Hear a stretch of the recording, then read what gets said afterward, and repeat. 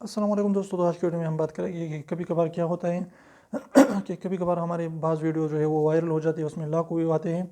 और कभी कभार दूसरे वीडियोस होते हैं जिसमें जो है 5-10 व्यूज़ वो इसमें होते हैं। तो इसकी बड़ी वजह क्या है? इसकी बड़ी वजह है वॉच टाइम, ऑडियंस रिटेंशन।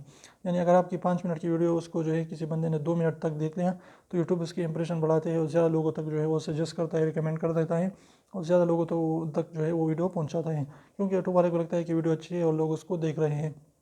तो इस तरीके से जो है अगर आप अच्छी वीडियो बनाते हैं और लोग उसको जो है कम से कम आधा देखते हैं या 30% से ऊपर देखते हैं, तो इससे जो आपकी वीडियोस की इंप्रेशन ज़्यादा होगी, यूट्यूब वाले उसको जो है उसको खुद ब खुद प्रमोट करेंगे। तो इसलिए आपकी वीडियोस की क्वालिटी पर ज़्यादा से ज़्यादा ध्यान दें और रेगुलरिटी के साथ काम करते रहें और पेशेंस और सब्र साथ में रखें। तो इंशाल्लाह एक न एक दिन जो है ज़रूर आपका चैनल ग्रो होगा और इस तरीके से आप सारे के सारे वीडियोज़ इंशाल्लाह वायरल हो जाएगी।